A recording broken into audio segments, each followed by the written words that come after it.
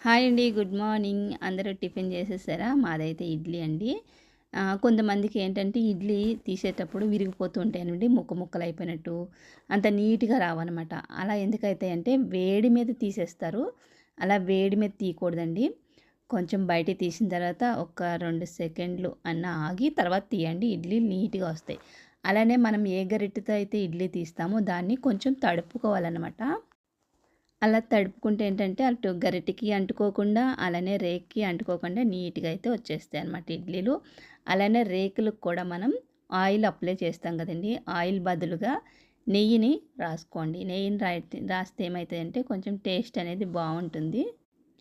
అలానే మనం ఇడ్లీ పప్పు ఏంటంటే ఒక గ్లాస్ పోసుకుంటాం కదండీ! ఒక గ్లాస్‌కి నేనైతే 3 గ్లాసులు రవ్వేస్తానండి.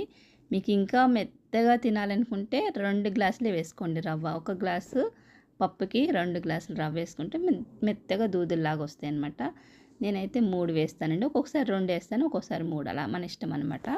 ఇప్పుడు ఇడ్లీలనేది బాగా సాఫ్ట్‌గా మెత్తగా వస్తాయన్నమాట. దీంట్లోకి కాంబినేషన్‌గా ఈ పల్లీ చట్నీ అయితే సూపర్ ఉంటదండి. కారం కారంగా చేసుకొని పల్లీ చట్నీ వేసుకుంటే చాలా బావుంటుంది. నేనేంటంటే ఎప్పుడు ఇడ్లీకేసినా గానీ ఫస్ట్ 2 రోజులు గూడా ఇడ్లీ వేస్తాను. అదే మూడో రోజు పిండి ఉంటది కదండీ! దాంతో అట్లు గానీ, లేదంటే మన బోండాల్లాగా కూడా వేసుకోవచ్చనమాట. బావుంటాయి. రవ్వని తెచ్చుకునేటప్పుడు కూడా చూసి తెచ్చుకోండి. కొన్ని ఏంటంటే చాలా లావు రవ్వుంటది. అలానే కొన్ని ఏంటంటే సన్న రవ్వుంటది. సన్న రవ్వ చూసి తెచ్చుకోండి. ఇక్కడైతే రేకులకి నేను నెయ్యి అనేది పూస్తున్నాను. నెయ్యి ఉంటే నెయ్యి వేసుకోండి. నెయ్యి లేకపోతే ఆయిల్ వేసేసుకోండి. ఇలా వేయడం వల్ల ఏంటంటే ఇడ్లీ అనేది ఆ రేకుకి అంటుకుపోకుండా బాగా వస్తాయన్నమాట. కొంతమంది ఏంటంటే రేకుల పైన క్లాత్ కూడా వేసుకుంటారు.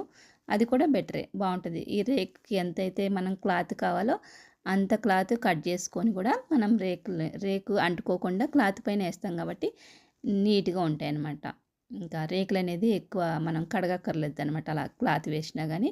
ఇక్కడ చూడండి, ఇక్కడ హోల్స్ ఎదురుగా ఇడ్లీ అనేది పెట్టాలనమాట. ఇలా పెట్టడం వల్ల ఏంటంటే ఆవిరనేది ఆ హోల్స్‌లోంచి ఇడ్లీకి తగులుతుందనమాట. తగిలి తొందరగా ఉడుకుతుంది. అలానే ఆహ్, ఒకదాని ఒకటి ఎదురుగా పెట్టేసామంటే రేకుకి అంటుకుపోతుందనమాట.